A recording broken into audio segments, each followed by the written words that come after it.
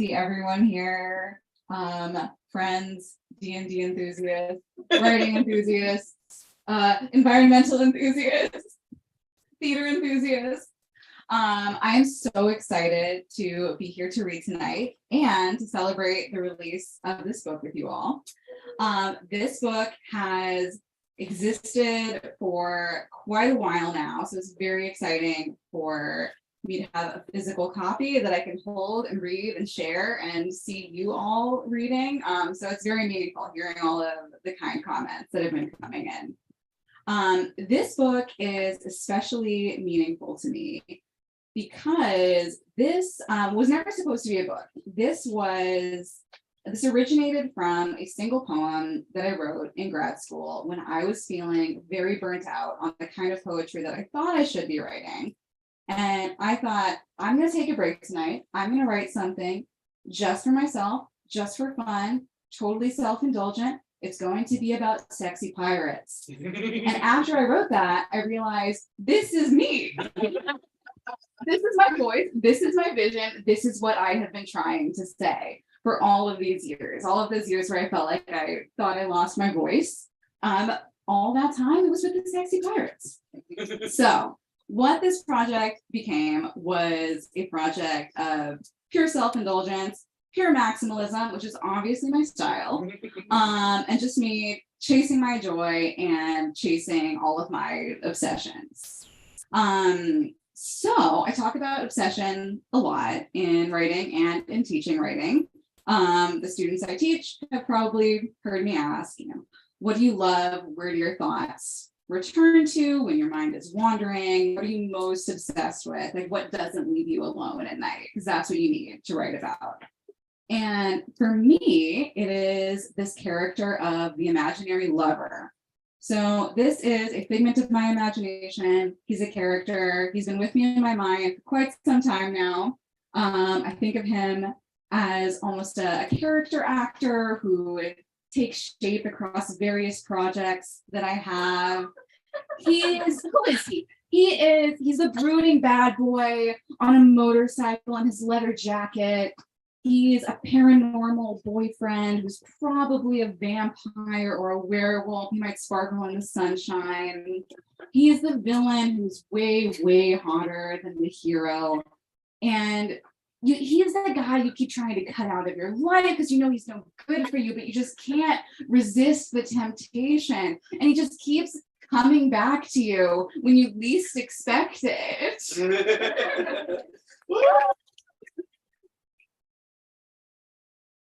I didn't know you were here.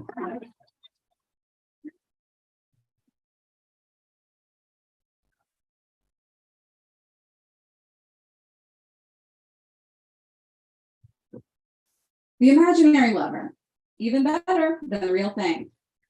Voted best romantic getaway since 2003, The Imaginary Lover offers a variety of erotic escapes, and all from the comfort of your own bed. User-friendly and fully customizable, the Lover is suitable for all ages, 18 plus, and experience levels. Now in anniversary edition, the Lover has been programmed with 9 provocative new features, including Crooked Grin and Troubled Past, as well as a variety of toe-curling adventure packages. Choose from perennial favorites like Help, My Prom Date is a Vampire, and Set Upon by Brigands, then Ravished by the Roadside. Or if you really want to steam up the windows, upgrade to Premium to try your hand at Sacrificial Virgin. Safe for you and the environment, the Imaginary Lover is quality controlled and never tested on animals. Experts agree that the Imaginary Lover is an effective, non-invasive technique for increasing libido, improving appetite, and stimulating creative cognition. This holiday season, discover a world of pleasure and possibility with the Imaginary Lover. It's never felt so nice to be naughty. Not recommended for long-term use. See the Imaginary Lover toxicity scale. Second breeding ranch pitch at no additional cost. Yes,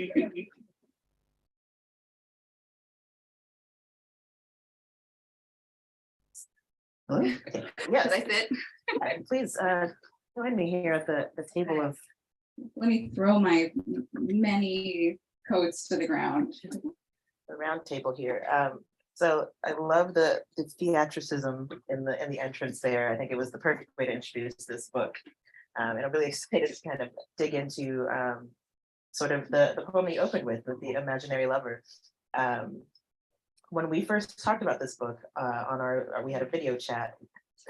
What you were describing to me sounded like part, fantastical fantasy writing, part, delve into the deepest desires of the average, person who feels kind of like stuck in the rut of regular life. And I think like the whimsy and the fantastical elements come together so well to both be lighthearted and to take a serious little like, yeah, we needed this, approach. So I wonder if you could kind of talk a little bit about how those different elements kind of pop up in the poetry, from the fantastical to the sort of nod to like, yeah, we all need a little escape sometimes, all the time. Yeah, for sure. So this book came from the manuscript that was my master's thesis in my MFA program. And when I started that program, I had this idea in my head that poetry is autobiographical. Poetry is, a release of emotion. It's personal, it's self-expression. It's always how I read poetry in the past. At the same time, I was writing fiction as well, and sci-fi fantasy has always been a great love of mine. So I had this idea that there was this dichotomy between fiction and poetry, and fiction was where I wrote fantasy, and poetry was where I wrote about my own garbage, my own trauma. But when you run out of trauma to write about, poetry becomes very dry. And I realized that I was just trying to extract an emotional charge from material that I a long time ago. So when I wrote this, trashy, pulpy, sexy pirate poem, I realized, how did I not think of this before? That poetry can also be fictional. So that got me very excited to explore all of my favorite fantasy tropes within this book. And that was really the momentum that created it. So I was just thinking like, okay, what fantasy stuff do I love? Like, I love dragons. Great. There's a whole arc in this book titled My Imaginary Lover Breeds Dragons. So it's set at a dragon breeding ranch. At the same time, I was playing this really, really bad beta version of a dragon breeding game online called Flight Rising, and probably nobody has ever played that before because it was really not good. But that also inspired those dragon poems. So long answer short, I consider this book a love letter to all of my favorite fantasy, sci-fi, and horror tropes. And that allowed me to approach it with a lot of freedom and a lot of whimsy and a lot of humor. That's awesome. I know that a lot of people from different areas of either your writing life or I think D&D is also a creative writing project as well, are here. And when you're talking about delving into these tropes so deeply, especially, I think we've all grown up with a lot of the imaginary lovers, that come across in the book. I want to know about how you developed this once it struck you, like, oh yeah, wait a second, I can write about these the sexy pirate and the dragons and all of the figures that we see in all of our favorite fantasy novels, and you realize that was actually something that you could take seriously, and create something like really beautiful and awesome from. How did you approach it from there? Because I know that this was originally a manuscript for your thesis. Did you ever think, oh, I'm going to leave it there, or did you think, actually, I'm going to develop this and turn this into a published work? Yeah, as soon as it started feeling like a book, it started feeling like something I wanted to publish. And given the obsessive nature of my mind and this book, I knew it was something that I wanted to continue working on outside of my thesis, because unfortunately they capped me at 48 pages and I knew I wanted to keep going. But when this was first developing, I knew I wanted to have a character. I knew I wanted to have a narrative arc and some kind of plot propulsion. I didn't know what I wanted that to be initially, but I knew I wanted the premise to be there's a young woman, she's disillusioned with reality. It's dry, it's tedious, it's not giving her the like electricity that she wants. So she creates a fantasy world where she can go on these romantic escapades with her sexy pirate or her spaceship captain or her werewolf. And as I was writing this, I had many very, very helpful meetings with my amazing thesis advisor. Thank you, Jen Richter, if you're watching this. And one of the best pieces of writing advice I ever got came out of one of those sessions where I was saying, like, I don't know what my plot is. I don't know what the arc of this is. And she just said, don't write towards plot. And that was it. And I was like, but that was what I needed to hear, just to free myself up from what I thought, what shape I thought the book should take. And the more I wrote, the more I started to see the arc emerge. Thank you. So I think if you want to, I know you have a couple of selections for us. If you'd like to read a few more, I'd like to talk about those afterwards. Yeah, absolutely.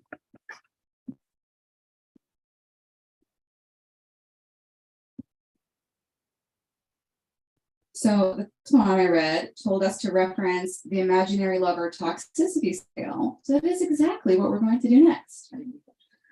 So part of the arc of this collection is that the speaker realizes on some level that she's created a very dysfunctional, very toxic relationship. And she knows it's problematic, but she keeps coming back to it because it's really sexy. But she considers, like, at what point has this gone too far? So this is about that scale of intensity. 1, lover is harmless, nameless and faceless, a composite rock star with Adam Levine's forearms and young Bono's dark hair. In your indulgent loneliness, you stare at the light on your ceiling, its frosted globe and pewter nipple, thinking you feel that sturdy, that luminous, that electric when he's inside you, thinking you can hit the switch at any time. 2, lover always calls in his lunch order. You dread the phone, but hope for his voice every time it rings. Sometimes you think he's flirting with you when he says, kale salad, lightly dressed. 3, lover's face was chiseled by angels. How could he love a moderately attractive girl like you? To get his attention, you put your fist through the boob light. You nearly drip to death before he binds your ragged flesh. Sorry, clumsy, you mutter, burning to punch it again. 4, lover has considerable virtuosity in the culinary arts. You wear a dress, the jelly bread of raw tuna, and he feeds you sashimi straight off the knife. 5, lover approves of your haircut, though he secretly wishes you'd gone blonde.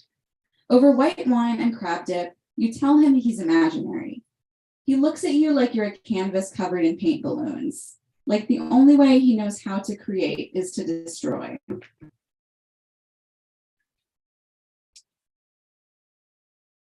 6, lover gets into your bloodstream and it feels like being hit in the head with a flower mallet. You wake up and daisies are rioting on the ceiling. You wake up and you're naked, spooning a dog. You wake up with supervision. You can see beads of blood travel through his veins. You wake up with a devastating headache. You wake up cackling and speaking calmly at the same time, and you're not sure which voice is yours. 7, lover hides a pee under your mattress. You're hysterical. You can't find it and you can't sleep. Friends and family won't say the pain you're feeling isn't real. Instead, they will say, I believe that you believe. Which is the meanest thing anyone can say. So my parents said to me when I said that there was a dragon in my bedroom. There was. His name was Sorer. He was my friend. All right. This next one is called Bow and Arrow. There are 2 points of inspiration for this.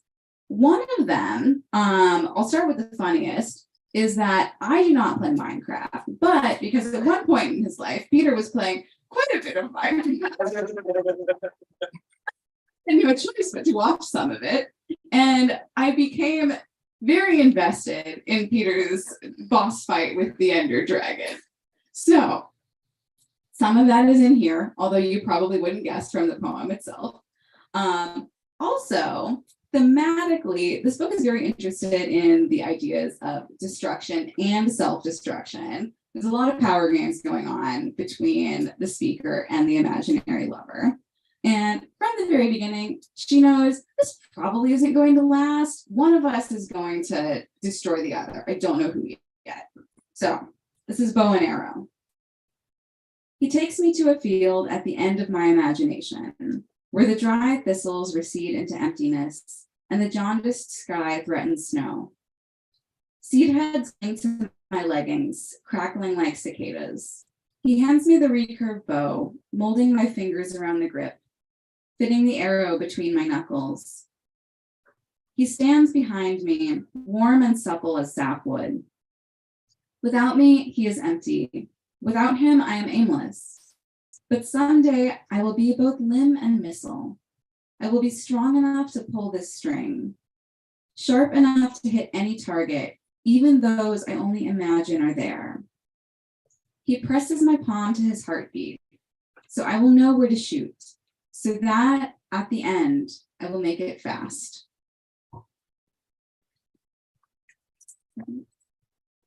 Yeah. I might read two more here and then we can take a quick pause. Man, this is making me very nostalgic for my grad school days.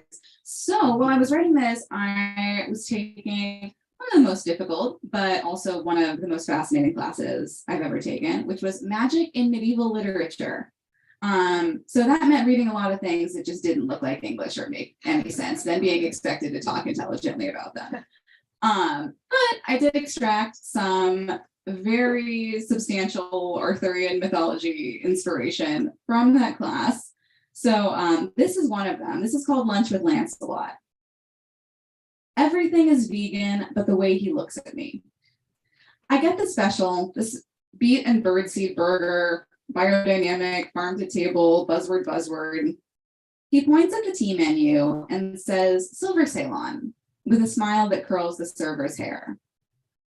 He never seems to eat, but I've seen him exquisitely torture a pear, carve its stem to calyx, and break the whole thing open like a flower. I collapse in ripe slices when he says my name. I'm supposed to be upset with him, with how I died when he galloped past my window, how I floated down the river in a funeral barge filled with white lilies and washed ashore at his feet. Why did you wait till then, I ask him, to tell me I was pretty? The burger arrives like a bleeding purple heart, and the he waits for her to leave, probably to die. That's one version, he says. In another, you were the queen, and we rode away from the flames where your own husband condemned you to burn. He sips his tea, and his next words are sharpened paring knives. Don't you prefer it that way? I imagine my arms around his armored waist, stale flames panting at our backs, and ending anyone wants. I shake my head no. I'm dizzy, hungry, and it feels like flying. I shake my head no, because how will I know you're real if you're not strong enough to destroy me? How indeed, he says. And I myself knowing.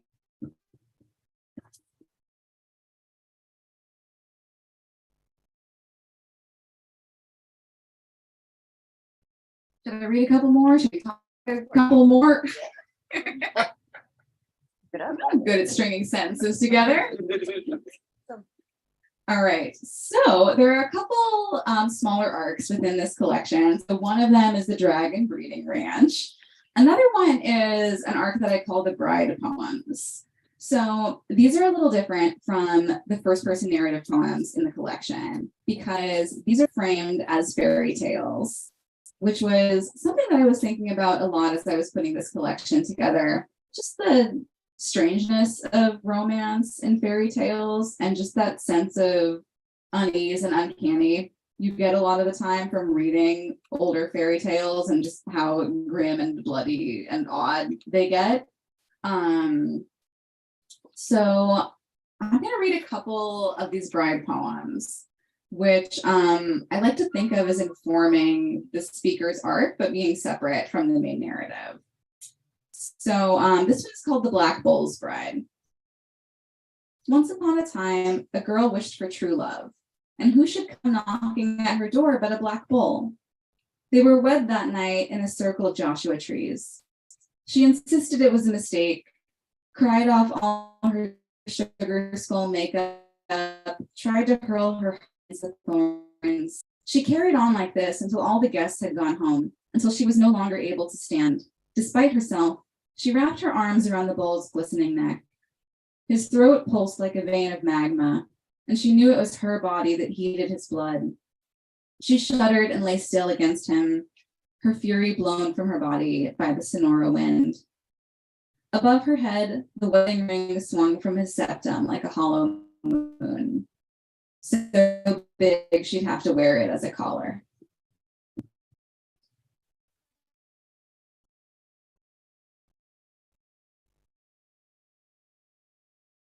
Right, and then this one is The Sphinx's Bride. Once upon a time, there was a girl who was good at riddles. She solved her way across the world until she came to the mountain pass and beheld the terrible Sphinx lording over his eyrie of bones. His voice echoed like a fever dream, deafening, yet only in her head. If a girl is in love with her own mind, which one of them is crazy?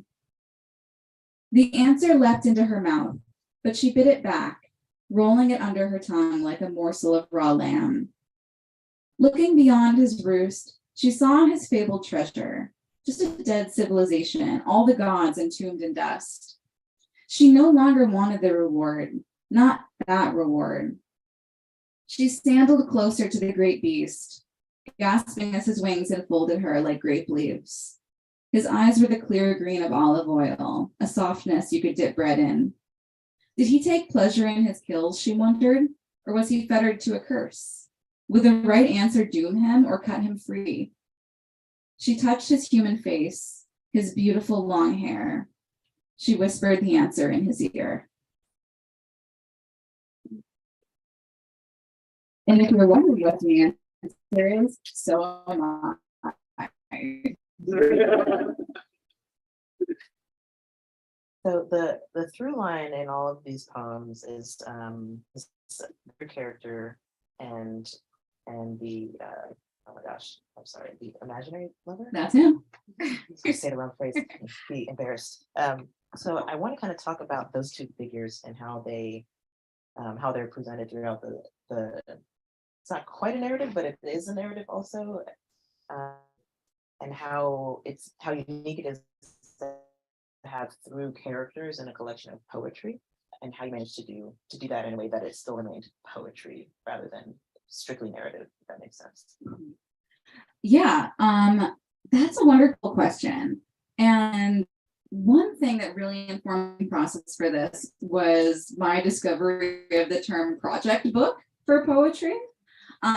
So once I learned that a collection of poetry can have a strong unifying element, can have a narrative arc, it really gave me a sense of what I wanted to do with this collection. In terms of putting these characters together, I think part of the form of poetry allowed me to treat these characters as very fluid and to allow them to develop organically the way that they wanted to. One thing that really surprised me when I was writing these characters is the tension like within the imaginary lover of whether he's real or not, if he's conscious. And I found myself, per some of my assignments, experimenting a lot with erasures and blackout poetry. So using source text and then, like erasing bits of them until I had something with a new meaning.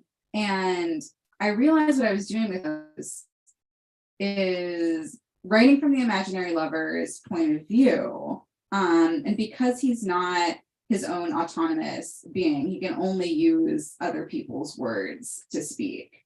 So that's one example of how like style and content were sort of informing each other in this writing process. But there's a lot of back and forth in the dynamic between the speaker and the lover. And one element of complexity that I realized is that the speaker created this like half villain, half love interest for herself. And he's a bad guy. Like he's a villain, he's violent, he's misanthropic, he's brooding, he's all of those like tropey negatives that we associate with that type of, paranormal love interest.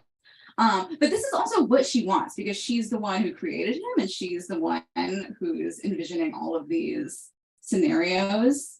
And I don't know if this necessarily is apparent within the book itself, but in my headcanon, the imaginary lover does not want to be in these situations with her. And actually, I do have a poem that I think could be fun to skip to express how he really feels about being pulled along on all these imaginary escapades with her. So this one is called My Imaginary Lover Saves My Life Again. Last week, I nearly drowned, and just the other day, I was buried alive. The first time I was clapped in a metal bikini and sex slaved to Ascension gelatin, he didn't sleep until he found me. These days, he takes his time, pulling over at cheap motels and windowless bars, watching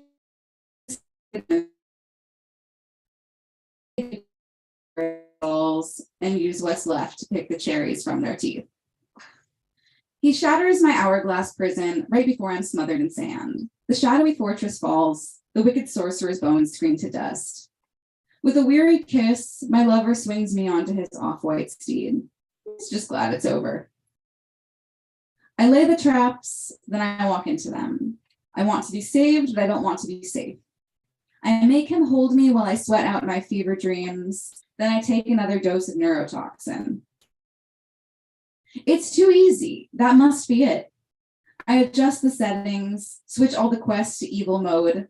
A labyrinth of bones, the floor paved with vipers, the ceiling with spiders, a seeping fog that whispers his own worthlessness to him. At the heart of the maze, identical copies of me poised in gallows and guillotines, strapped to racks and train tracks. If he saves the wrong one, he has to start all over.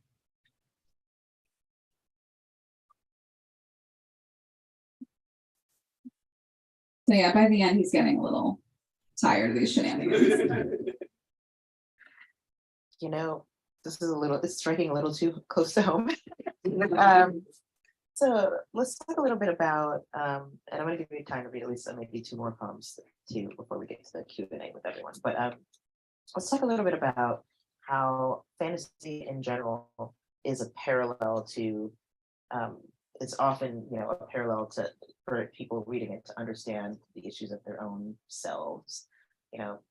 I've heard it said before, people write nonfiction to talk about what we've done, and then people write fiction, fantasy especially, to talk about who we are. Mm-hmm. And so in this poetic project book narrative with these two characters, which you definitely illuminated a lot with that poem you just read, we're not just talking about what's on the page, but we're reading about kind of how either we, me, you, all of you, maybe you have been or could be in relationships, in whether they're romantic or friendships or professional, however you might define that. All that to say, can you talk a little bit about those parallels between fantasy and reality, and how fantasy is used as a mirror to ask ourselves questions about who we are, and how you do that in this book? Okay, I love this question so much. I love talking about fantasy and speculative fiction in general as not just a genre of escapism, but a genre that really provides a lens for a lot of personal and cultural issues. This reminds me of one time when I was at the Tenleytown bus stop and I was reading A Natural History of Dragons, which is a great series, and yelling at me. He was like, make believe, that's not real.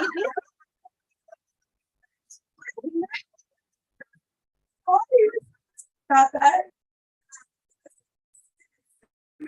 there. People make things up sometimes, sir. I'm sorry if that bothers you. But this is also fresh on my mind because I was just moving the Court of Thorns and Roses box set around.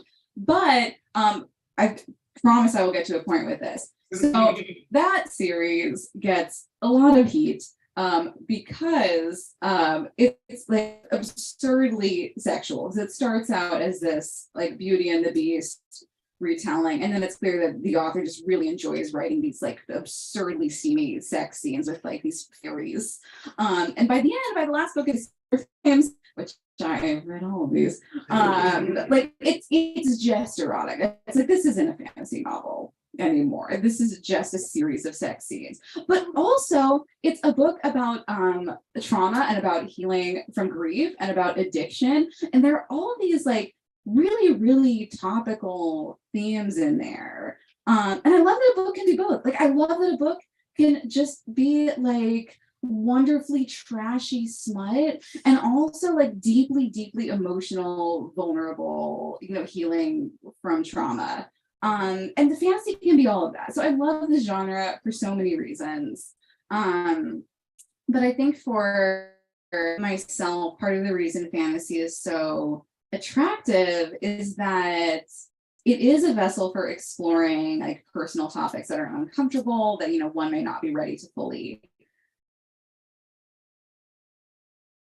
You still want to process. If you take it out of yourself and you put it into a fantasy world, a fantasy character, it all becomes much easier to unpack and to process. And you get fairies and dragons too. So win-win.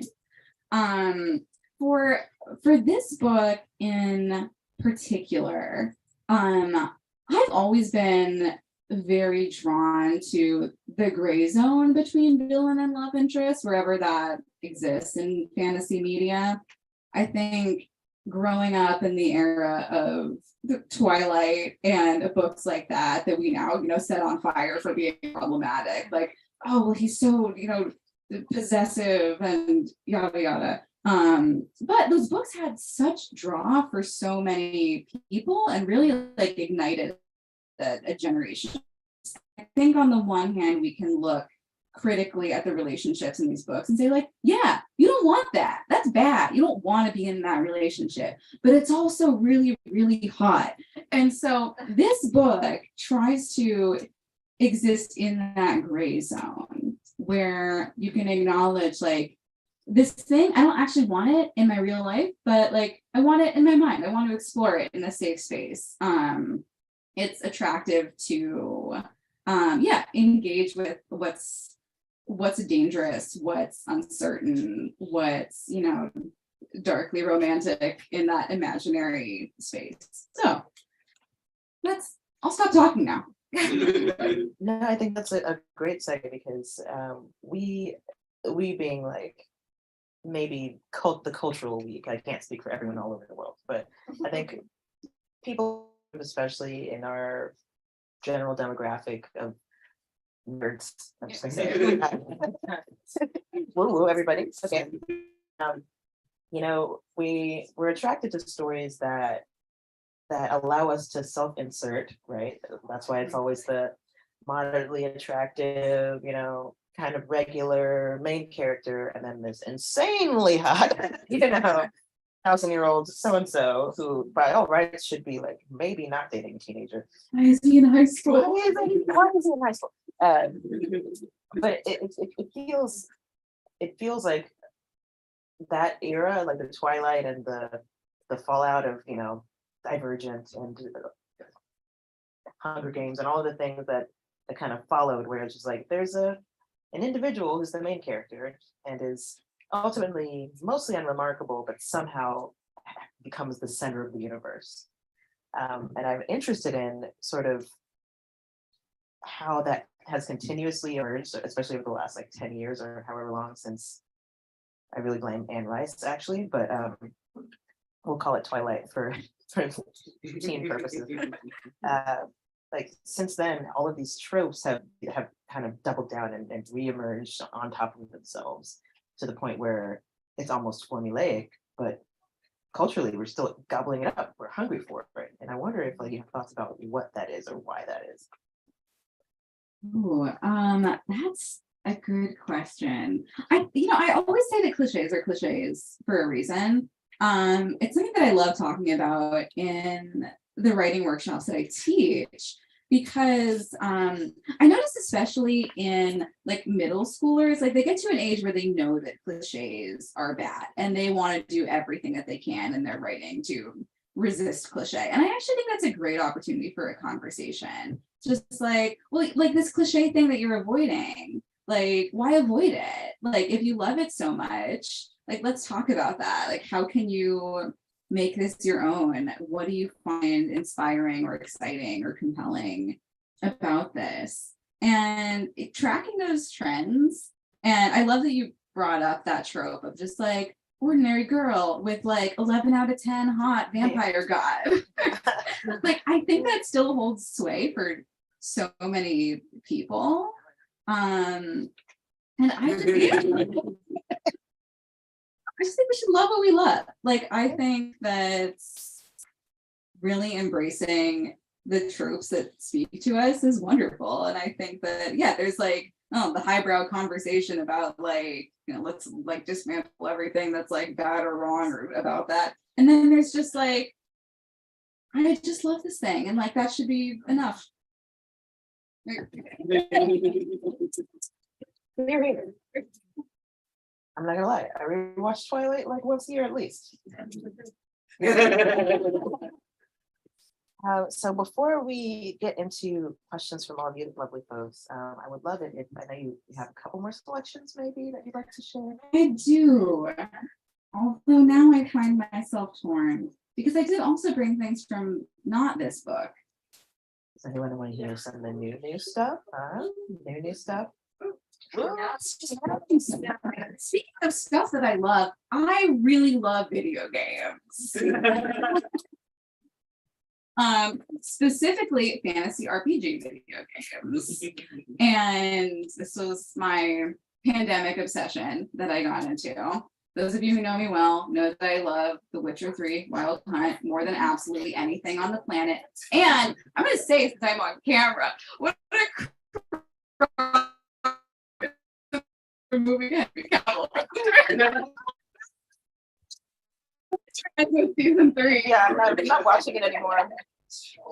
I did not bring in Witcher poems, but I did bring in some poems inspired by Breath of the Wild that I've been working on. So let me rummage around in my bag and grab these. Yeah, and I will second that statement. Henry Cavill moving the Witcher series, criminal, especially as he spent a lot of time like trying to make it true to the source material. I know he was fighting against the show writer. I guess he lost. And I'm out of here. So sad, but at least he has millions of dollars. Yeah, poor Henry Cavill. I'll shed a tear and have a moment of silence for Henry Cavill. Jawline. Whoa! Where did you come from? All right. So one reason that I love fantasy RPGs is that they're very light on strategy and puzzles. So when I started playing Breath of the Wild and I came to my first shrine, I was so mad and I yelled, I hate puzzles. And my sister-in-law who was there was like, oh no. And I did manage to play through the whole game. But I almost immediately, before I even tried solving a shrine, I would just pull up the walkthrough, which Peter regarded with great disdain. But you weren't the one playing. So this is a poem in honor of my video game playing process called Link Googles a Breath of the Wild walkthrough. He has come to dread the mystic shimmer of soundtrack that accompanies each shrine, the suffocation of an ancient sub-basement taunting him with unlit circuits, unscalable walls, unsupported code for fighting his way free.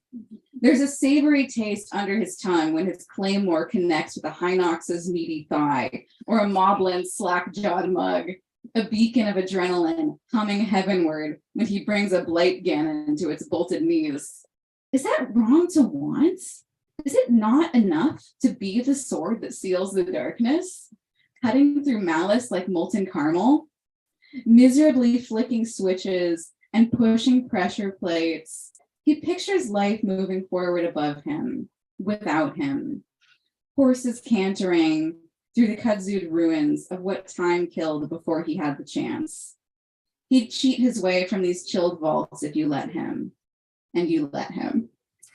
Ending with that one. It's happy. Next one's really sad. All right, here's the one I'm going to end on. This is not a Breath of the Wild poem. I guess I'll entirely break from the theme of this reading and read a poem that is purely autobiographical, because sometimes I do that. But I want to end on this one because it's a love poem, not about an imaginary lover. This is a love poem about a real person, and it is called Love Poem, beginning with Rodenticidal Fumigant. I challenged myself, can I write a love poem about a mouse infestation? I think I did.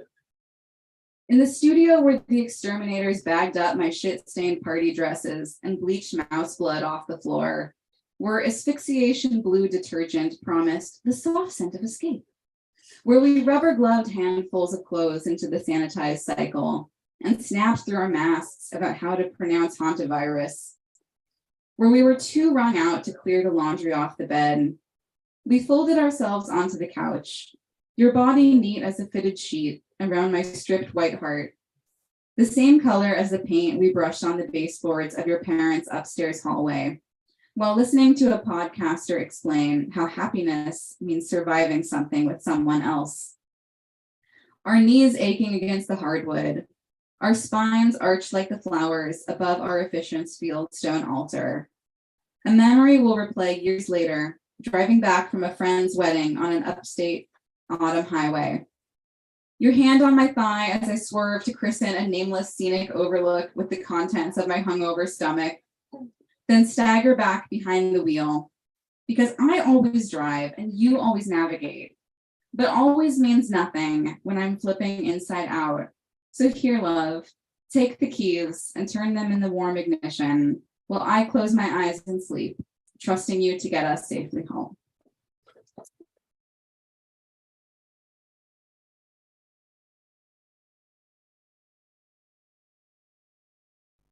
Thank you for sharing all of these gorgeous poems and super relatable content. It's been such a joy to hear this. I was really looking forward to it. I knew I was going to have a lot of feelings. So thank you so much. Thank you. And now if we have any questions from our audience members here, please feel free to. Or comments. Okay, I'm gonna take first blush. So you and I have talked a lot about Labyrinth. This went high. Hi, Dylan. You and I have talked about Labyrinth, the Jim Henson film, a decent amount since I've watched it in the last couple of years. And I wanted to ask you about, and this is kind of a forward question, but it's a serious theme in the book, right? The connection between the dangerous and the erotic, right? And it's something that I have seen in Labyrinth and a little bit in this collection of, particularly within the context of male-female relationships, right? Like there's this thing of, I want this, but I don't want this, right? And like the exploration of that, right? I wanted to know what your thoughts are on sort of like what do you think about the dynamic of the dangerous feeding into the erotic, right? And how do you feel like that's something you've tried to bring out in your poetry? This is my favorite guiding question. So actually, I'm currently working on a poem in the form of a BuzzFeed list called 13 Things You'll Only Relate to If David Bowie in Labyrinth Was the Catalyst to Your Sexual Awakening. And yes, that is an autobiographical. But yeah, so Dylan knows well that Labyrinth is by far my favorite film. No other piece of media has ever had the same effect on me. I consider that movie part of my soul. My writing desk is a shrine to David Bowie and Labyrinth. So yeah, I have a lot of feelings about this movie. And I think that probably informed all of my feelings about romance that I channeled into this book. Because in Labyrinth, so Sarah, the main character, summons the Goblin King, who clearly like she has an existing obsession with. And then once he comes and steals her baby brother, she realizes like, you're bad. Like you are the villain. Like I don't want you anymore. But you have this great hallucination scene, which I love to pieces, where it's like, it's very, and you know, we'll forget the age difference between these actors here. It's very erotically charged between the characters. And it's this moment of just like strangeness and tenderness as they're dancing through this like hallucinogenic ballroom scene. And then that's the breaking point before we get into, now I'm describing the whole plot of Labyrinth, but before we get into the climax where she has to, you know, like confront and destroy him and claim her power over him. But I mean, like that arc, like I feel like I did infuse that into this book a lot on purpose. And yeah, I mean, like that idea of what's dangerous and what's erotic and where they overlap is something I'm very interested in exploring across my work.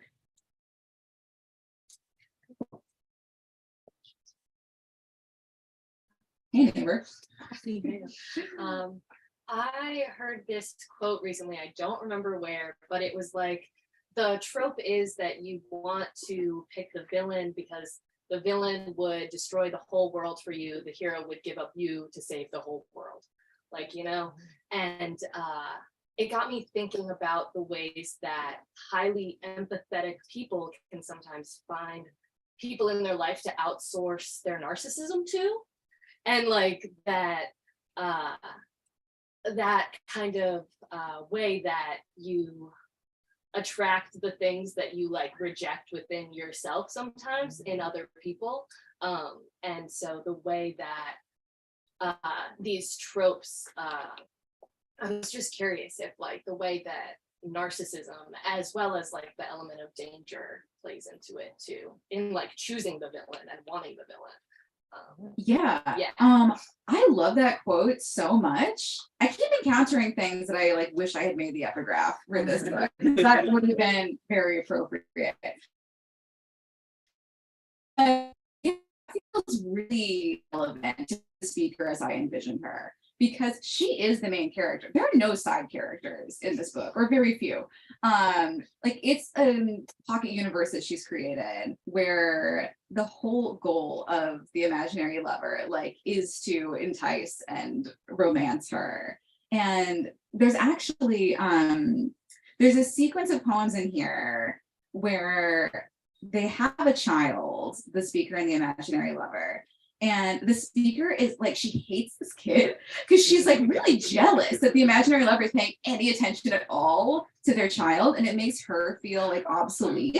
Like, no, like I'm the only one who can have your attention. So yeah, I think that the narcissism and the danger really do go very, very well together. Follow up. So I absolutely love the title of the book, and I was just wondering, I feel like there's so many titles you could have chosen, so how did you come up with everything for all of them? It took a lot of time. This book has had so many different titles. Originally, its first title was a line from my favorite Sylvia Plath poem, another huge influence of mine. The poem is Pursuit, and that's, you'll read it, you'll see like, oh yeah, that's Rita. But the line was such a salt of radiance. And then I realized when I say that out loud, I'm like, it sounds like such a salt. And I was like, no, it's something about salt. But how I landed on this title was thinking about something that my godmother said to me actually when I was 14, and she was my spiritual mentor as well. She was way out there. I grew up with New Age hippies. We believe some really weird things, which I can talk about at length, but won't. That's a different book. And so we would have weekly sessions where she would teach me like tarot or astrology or all of these other occult arts. And at this point in my life, I had developed an imaginary boyfriend for myself. Wow, I wonder. And I became very convinced that he was real because I thought about him all the time. And I was like, somewhere there's a boy who has an imaginary girlfriend and it's me. We're gonna meet someday and we're gonna recognize each other and run to each other in slow motion. And I was describing this to her, and she was very generous. And she told me, like, everything we can imagine can be real. She said, like, we used to just dream about walking on the moon. We've been on the moon. And like in my 15-year-old mind, I was like, my boyfriend's real.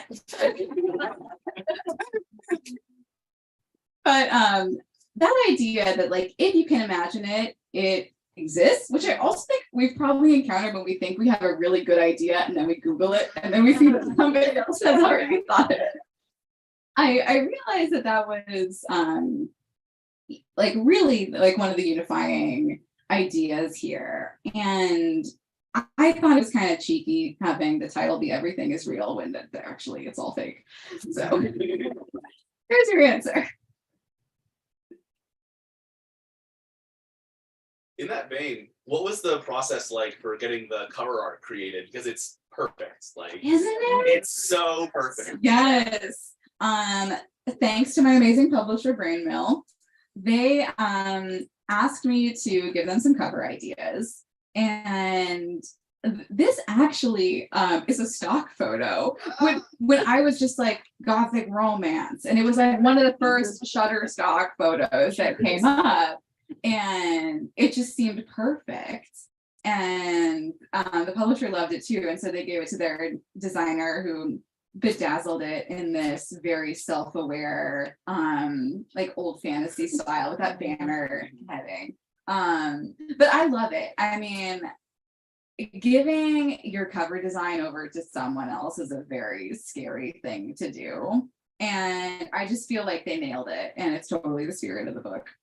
Well, one of the things that's perfect about it, if I may, is that her face is fully visible and his face is not at all. It's just the cloak, right? Like, I love that. I wanted to give Peter branch hands.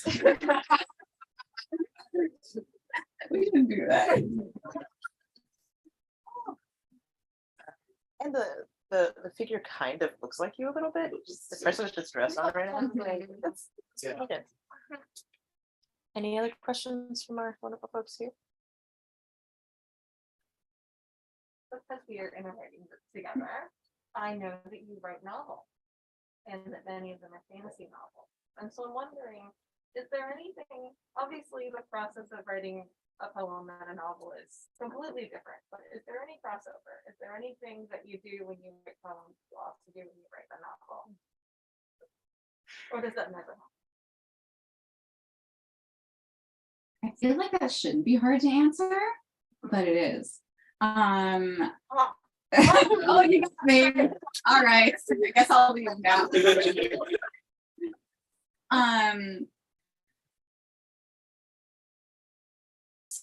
Say like where the ideas originate. I'm not very concept driven as a writer. A lot of the process for this book was just having a vibe and then trying to articulate it in a metaphor or in a situation. And it is very similar with my fiction. One of my novels came entirely out of a cardigan that I found at Goodwill. And I was just like, I like the vibe of this cardigan. You can wear that cardigan. And then like somehow that turned into characters and a plot.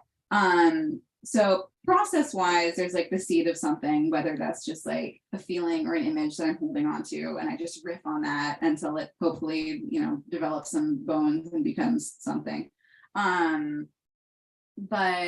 yeah, I'm also very language driven as a writer. And one thing that I learned when I started studying poetry intensively was just how foundational it is to fiction craft. This is another thing I talk a lot about in my workshops, but poetry has so many building blocks of writing in general, because it really teaches like economy of language, how much weight an image or a metaphor can pull, how to use formatting consciously to create an effect. And all of those things transfer into my fiction. So in that way, they inform each other a lot. Yes, time for one more. If we have time for one more.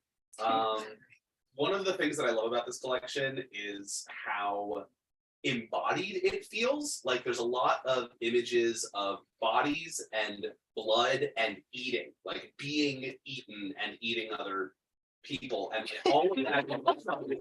It's just sometimes it's the dragon eating, but not always. So all of that, like for me, is like very much like makes this in like a body genre, in the way that horror is like a body genre. You feel it, right? Like, how do you feel like that kind of an experience of like feeling these things viscerally, like impacted this collection and sort of like is part of your work in general? Yeah, I'm glad you brought up food because that's something that we haven't talked about yet tonight. But I love food. I love writing about food. One problem I have is I start writing something thinking it's going to be not just a list of food, and then it becomes a list of food. But yeah, I mean, there's like a ton of sushi and wine and yeah, that was pretty hot. yes, there's a lot more raw fish in here.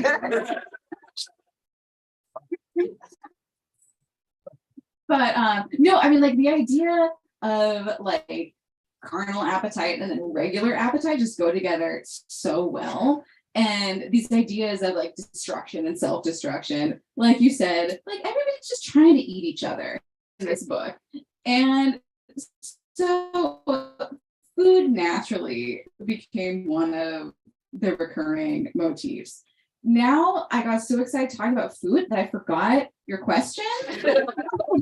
It was basically just like, so eating and like violence, right, are like bodily experiences, right? And so you feel them viscerally, like when you're reading it, at least, right? Like, how did that kind of an image and that sort of like work and sort of emotive thing like play into the writing process, both in this collection and in your writing in general? Yeah. So this speaker is chasing a thrill. So she's a sensationalist. She wants to create a world that is pure sensation, pure erotic electricity. And that was really fun writing this, just like getting as visceral and like as in the body in the weirdest way possible. So yeah, because it's about a relationship, just like, yeah, there's lots of bodies, there's lots of food. Yeah. Awesome. Well, thank you so much. This has been a really fun and awesome conversation with you. I'm really excited about this book. So for our viewers at home and for everyone here, where can you keep up with you if we want to know immediately when the Breath of the Wild book is coming out? Gosh, I mean, normally I'd say Twitter, but apparently Twitter collapsed. To leave. So okay, you can find me on Twitter until my dying breath. Handle is just my name at Rita Feinstein. I do have an Instagram account that I think I might have to start using. Elon Musk. Handle Long Lost Dragon Princess. So you can find me there to see some things that I posted 10 years ago. Yeah, find me on Twitter until the world ends. Well, there you have it. Thank you again so much. And thanks all of you for joining us. Thank you so much for having me.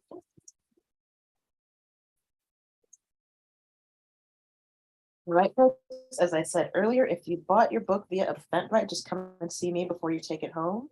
Otherwise, folks who want to get their books signed and if you want to mingle and chat, now's your chance.